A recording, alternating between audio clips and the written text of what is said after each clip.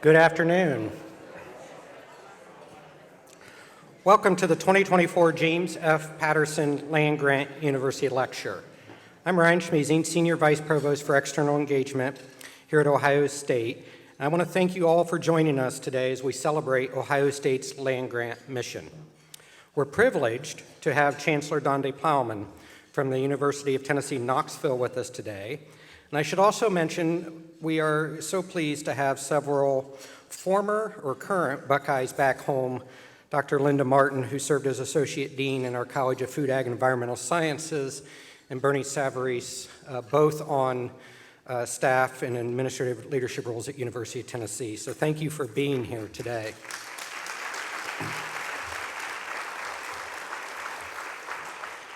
Of interest, Chancellor Plowman is just the second Patterson lecturer we have had from the SEC school. And she's the first since 2005 when Art Dunning from the University of Georgia delivered the lecture. I also want to take a moment and welcome Jim and Nancy back home. Jim and Nancy Patterson have been outstanding supporters and engaged with Ohio State University for many, many years, and it's always good to have them here with us, and we welcome their son Bill too. But let's welcome Jim and Nancy and Bill.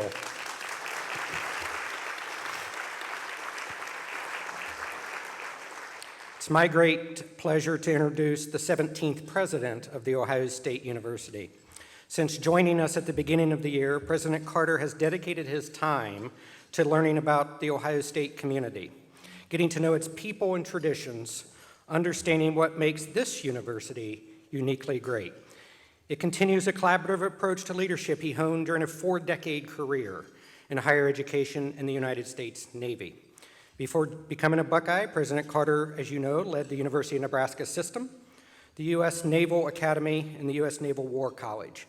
He's a retired Vice Admiral, Navy aviator who's given 38 years of service to our country and logged more than 6,300 flying miles. Most importantly, President Carter has a passion for Ohio State's mission to shape the future of research and innovation, workforce development, the arts, healthcare, college affordability, and athletics. Please join me in welcoming to the stage President Ted Carter.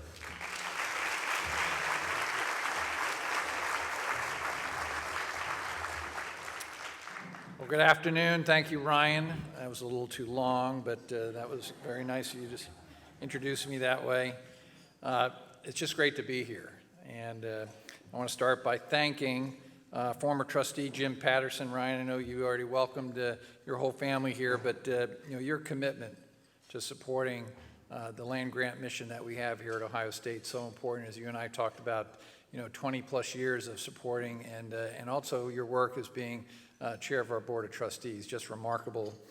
And we're just thankful for everything that you've done. It's great to see Nancy here as well. So let's give them another round of applause, please.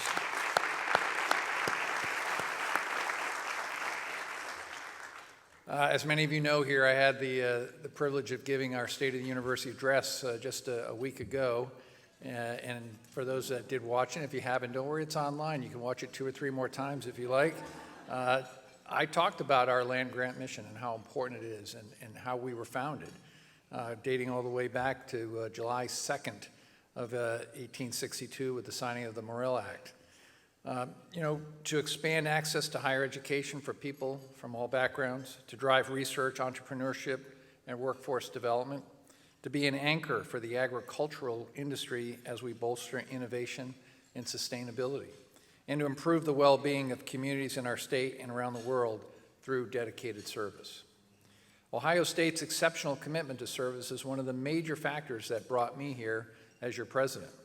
Our mission includes being a university for all Ohioans, and we are proud to currently have students, alumni, patients, and employees living in all 88 counties of our state. It's critical for us to continue making connections and developing partnerships throughout Ohio as a public land grant institution. Ohio State has been recognized with 5 Kellogg Awards from the Association of Public and Land Grant Universities for outstanding community engagement work. This recognition represents a wide variety of efforts, from healthcare to youth and community development to K-12 education. Ohio State is making an impact in all of the communities we serve. And I know that mission is shared by land-grant universities across the country, which we're going to hear a lot more about today. So now it's my pleasure to introduce today's keynote speaker. Now, before I get into introducing University of Tennessee Chancellor Donde Plowman, you should all know that we know each other. And I didn't have anything to do with getting Donde here, so I can't take credit for it, but I want to take credit for it. And I did wear a bright orange tie today just because it's Tennessee. Donde's a globally recognized organizational scientist whose scholarship includes leadership, change management, and strategic decision-making. Chancellor Plowman has experience as a department head at UT and as a dean of the College of Business and then executive vice chancellor at the University of Nebraska-Lincoln. In fact, she left just a few months to go to UT as I was coming in to be their president in early 2020. Since 2019, she has served as chancellor of the University of Tennessee, Knoxville, the state's flagship land-grant research university. During her tenure at UT, now catch this, Chancellor Plowman has overseen a 19% increase in enrollment while setting new records in student retention, alumni giving, state support, and research expenditures. It's a remarkable achievement. Yeah, you can clap for that. That's a big one.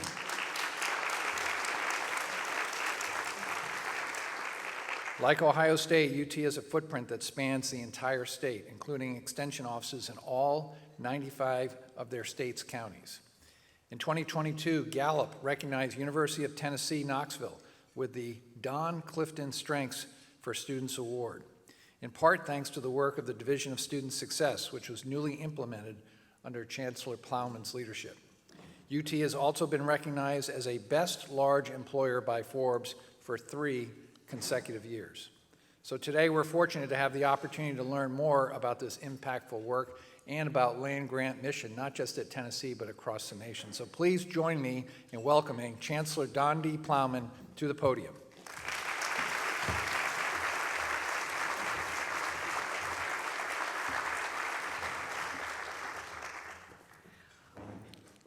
Well, thank you all. I am so honored to be here and to get to meet the Pattersons and really to get to be with Ted for a little bit and to meet his lovely wife, Linda. We crossed paths, I think, psychically and spiritually, Ted, but not physically while we were there. Thank you so much. I was feeling really great about this lecture today, this talk, whatever, until I heard that I'm only the second person from the SEC to be invited here.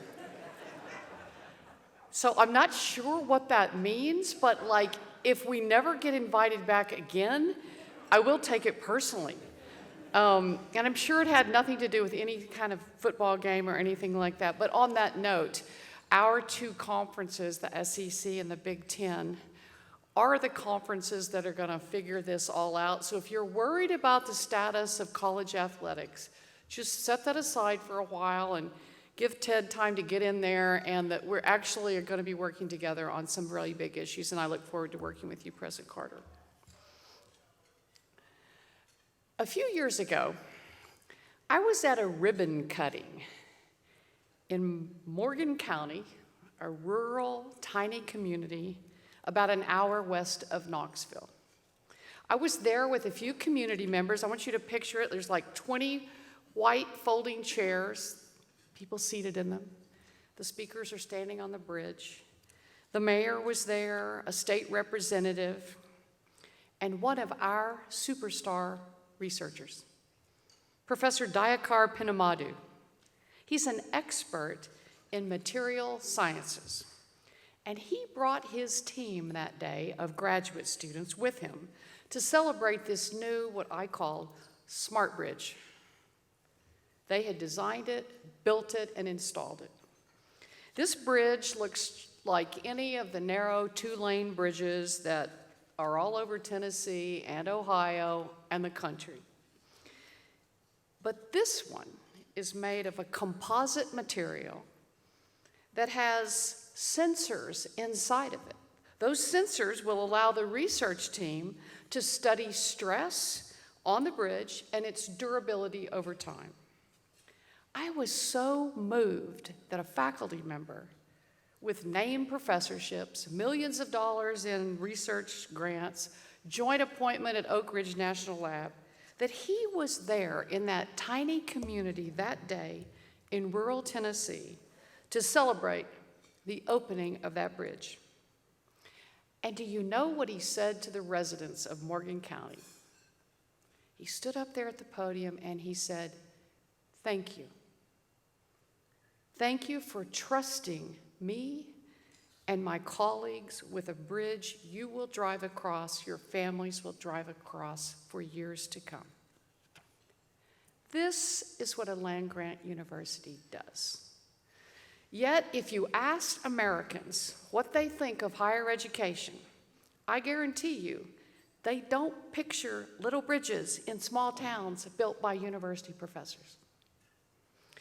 In July of 2023, Gallup, we have friends at Gallup, Gallup released a poll showing America's confidence in higher education had hit an all-time low, 36%. It had fallen 21 points, down from 57% in just 8 years. Now, this is not surprising to anyone who's been paying attention like us. I hear the criticisms, you hear the criticisms, and it's usually the same three things. Universities are elitist and they're out of touch. Degrees are unattainable, they're unaffordable, and they're really not worth it anyway.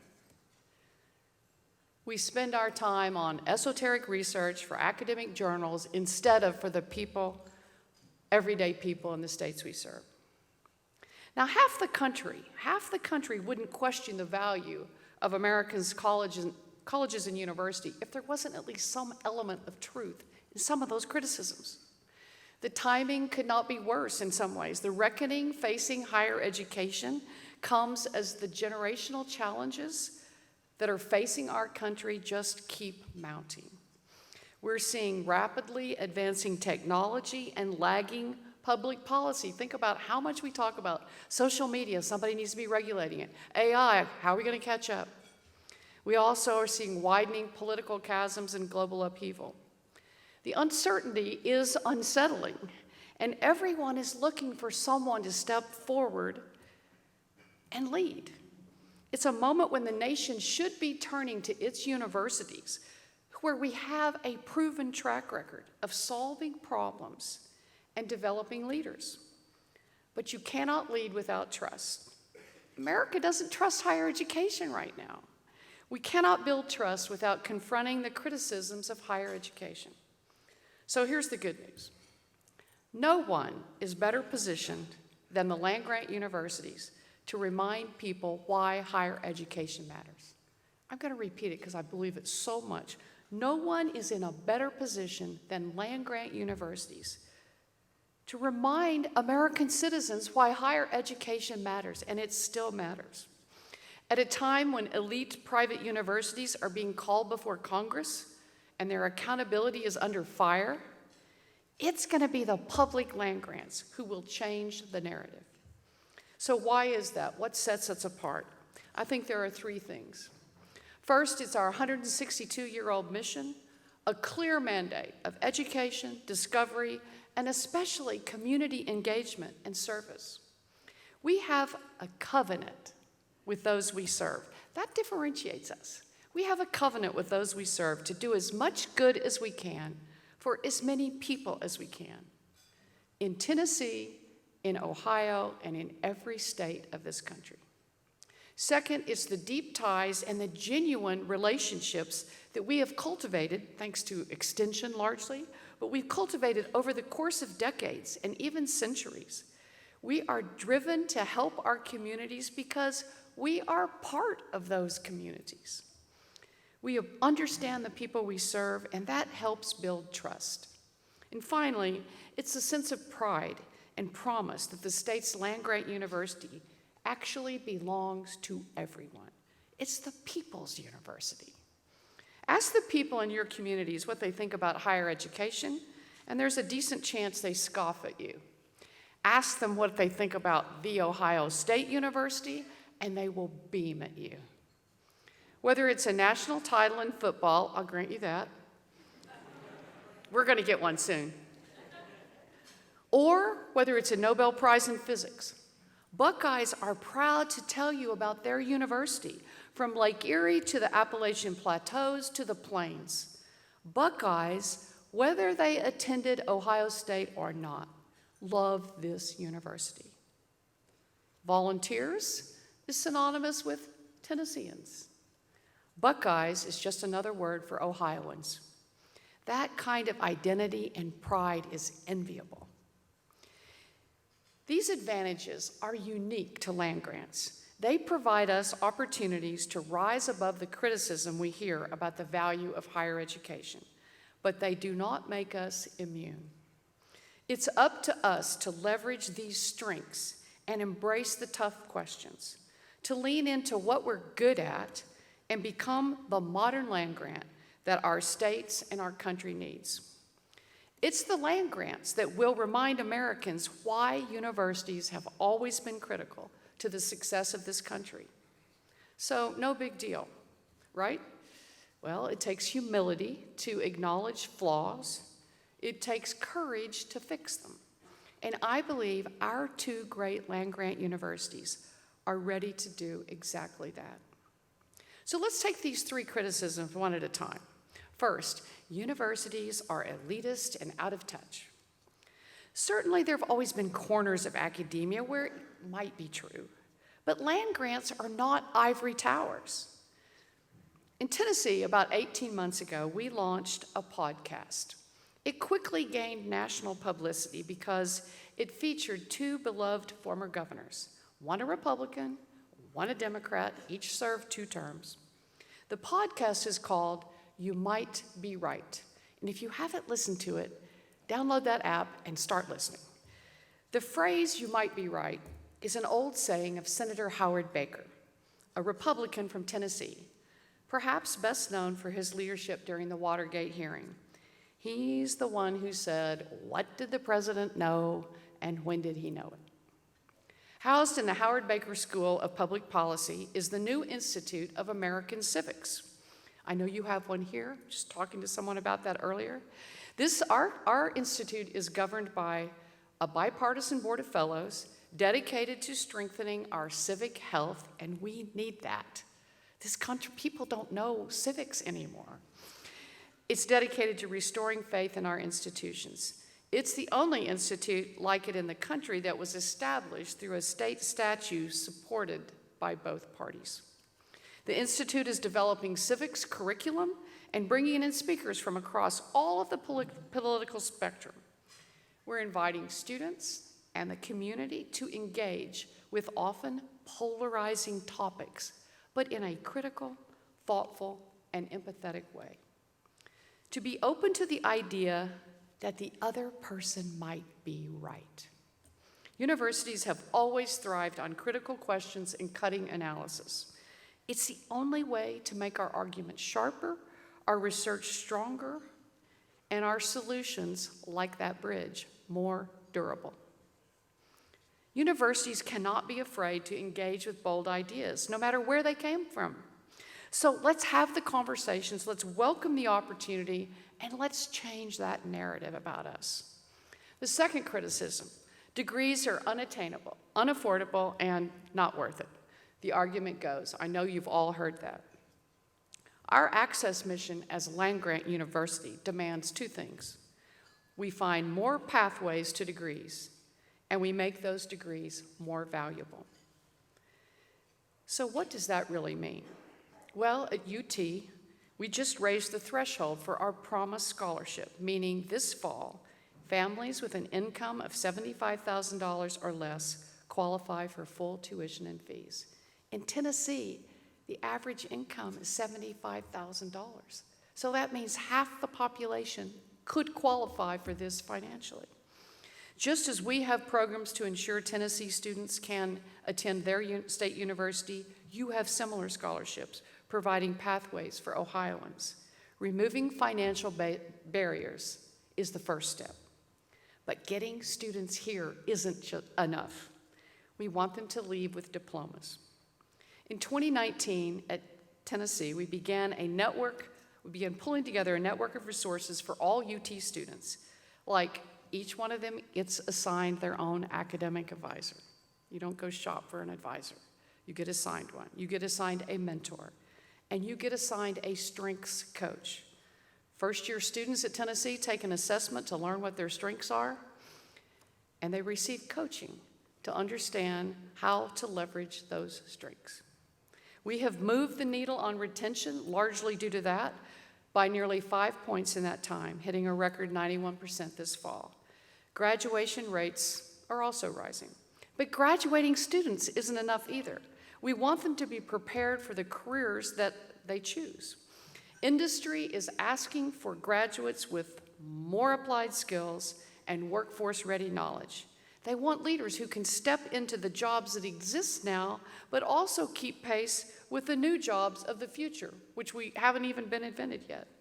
We must build academic programs that are responsive to industry needs. That's not something that we've been that great at as universities. Like, oh, what do you need? Let's see if we can redesign our curriculum. We need to equip graduates with the credentials so they can make an immediate impact. A college degree is obviously a significant investment for families, but it's significant for our state. And this is how we make sure it pays off for everyone. So finally, that last criticism about we conduct research for academic journals instead of for everyday people. There's absolutely a place for basic research at all major universities. The curiosity of scholars to be creative and seek answers to fundamental questions is really foundational to everything that we do, everything that we know about the world. But just because these discoveries don't yet have an application doesn't mean that they won't. As a land-grant institution with a mission of creating opportunity and delivering solutions, applied research is just as important. Building partnerships with industry leaders, government agencies, private, not-for-profits, community organizations, it's how we learn about the problems and then leverage our expertise and capabilities to solve them. From the University of Tennessee, faculty helping locate hidden graves with forensic anthropology, to using AI to detect sepsis sooner. From Ohio State faculty building better prosthetics for amputees, to developing new technology to detect wildfires. The discoveries we make improve the lives of volunteers and Buckeyes and people everywhere. There was a time when being a land-grant meant working one-on-one with farmers to solve their highly specific problems. It was important work, and it was how we delivered what the people of our states needed. And we still do a lot of that. But we've also learned from our colleagues in agriculture and extension how to use the model of relationship building and community engagement to solve new problems and deliver even more opportunities to the people we serve. This is the modern land grant. It's working alongside automobile manufacturers to make cars that weigh less, travel farther, while also building the new mobility economy in Tennessee. It's partnering with Cherokee Health Systems, a nonprofit care provider, to help reduce disparities in healthcare. It's leading collaborative research on the next generation of semiconductors right here in Columbus that will both advance the technology and secure our nation's electronic supply chain. It's then using that same expertise, Ohio State faculty partnering with industry and other higher education institutions to train the manufacturing workforce that will step into these high-paying jobs and really important jobs in Ohio. It's building a durable two-lane bridge in a tiny town in the Cumberland Plateau. Let's be honest. Large public research universities have spent a lot of time striving to be like our elite counterparts. And there's nothing wrong with wanting to achieve large research expenditures, elite graduation rates, and top reputational scores on the surveys of our peer institutions.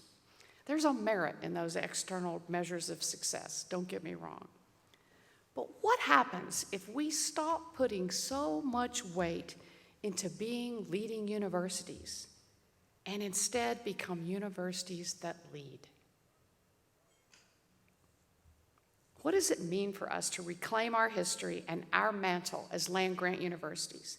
The only universities whose promise to our states is codified in law.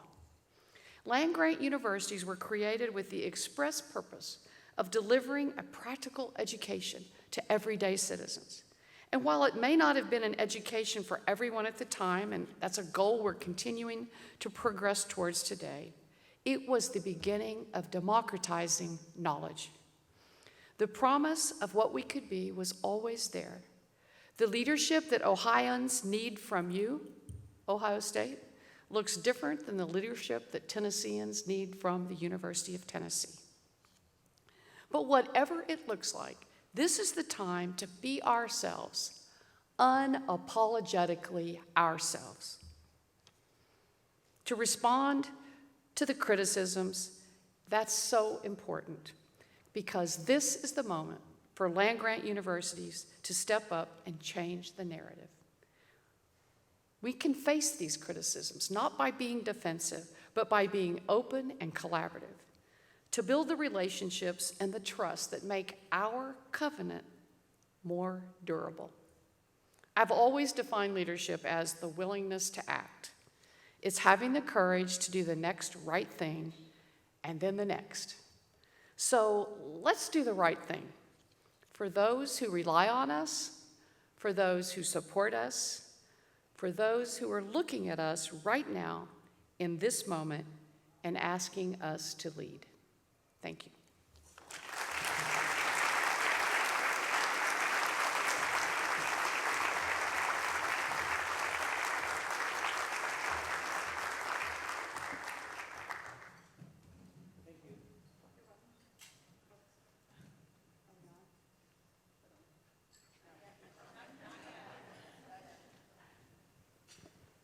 Maybe we're on now. We're on, okay. All right.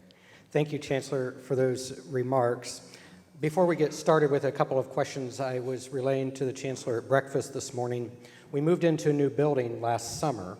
I was standing looking west towards the Hospital John. It was going up. There was tower cranes. And flying on top of one of the tower cranes was the University of Tennessee flag for about 3 days. Sorry. And then it was gone. So I'm not sure what that's about, but thank you for the remarks. I want to go back to the discussion about extension. 95 counties in Tennessee, 88 in Ohio, presence in each one. As a chancellor of the flagship, talk to us about what that means to you as a chancellor to have that connection and reach. Well, first of all, I think that at many land grants, and certainly ours, is an underutilized asset. So a presence in every county means every citizen has the opportunity to know about the university, and the programs that are offered through Extension are amazing.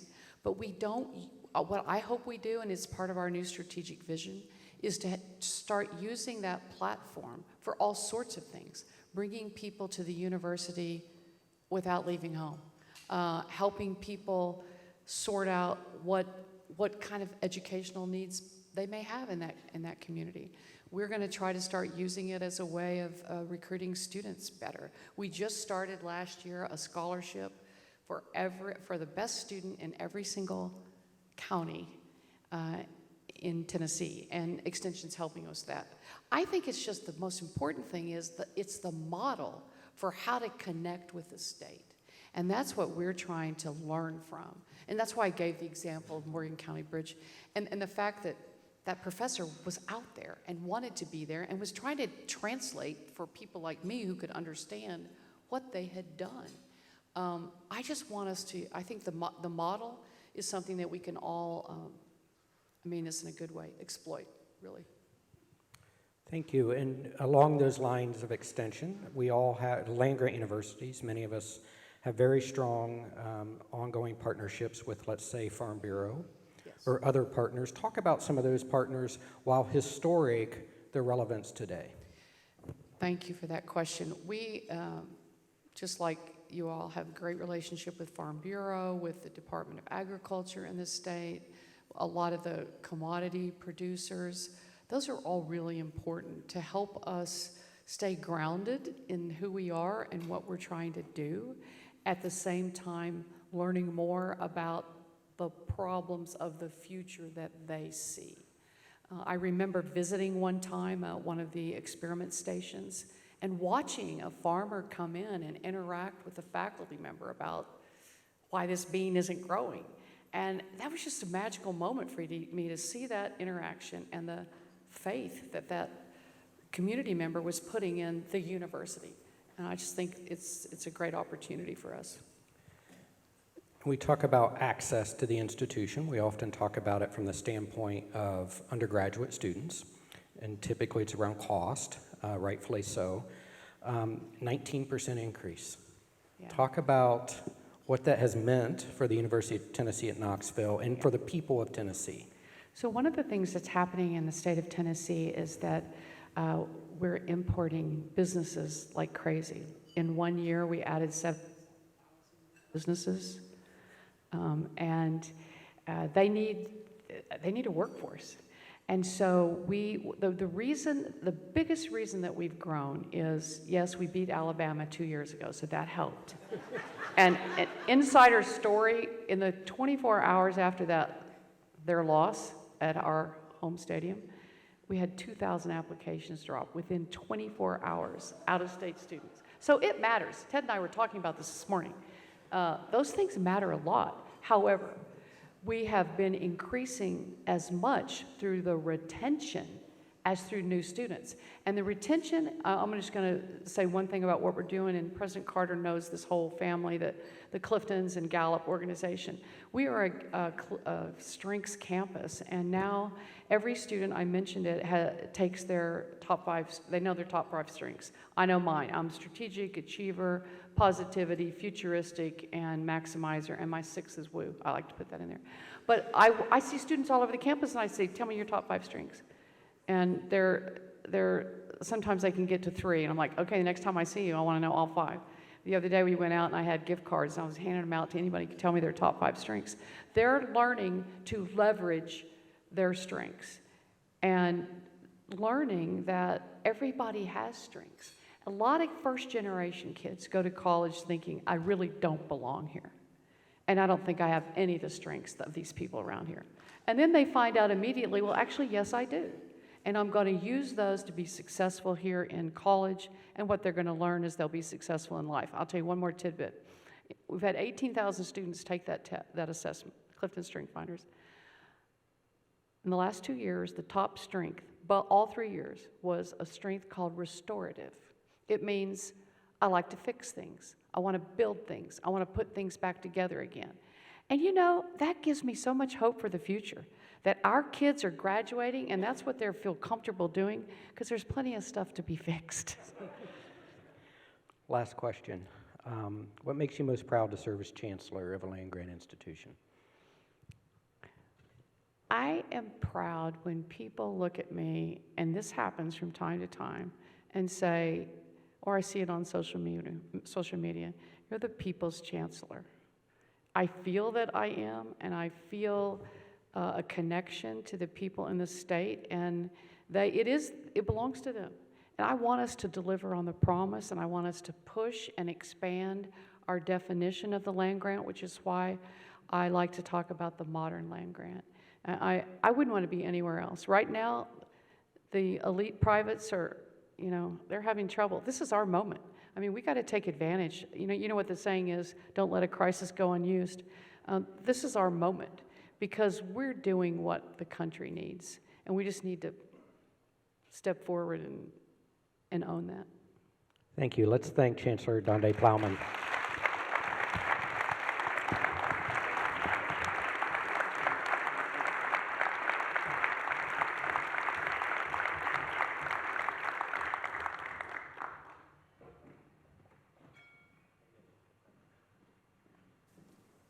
Thank you all so very much for joining us for the annual Patterson Lecture. We look forward to seeing you back here again next year. One more time, let's thank Chancellor Donde Plowman for being here with us.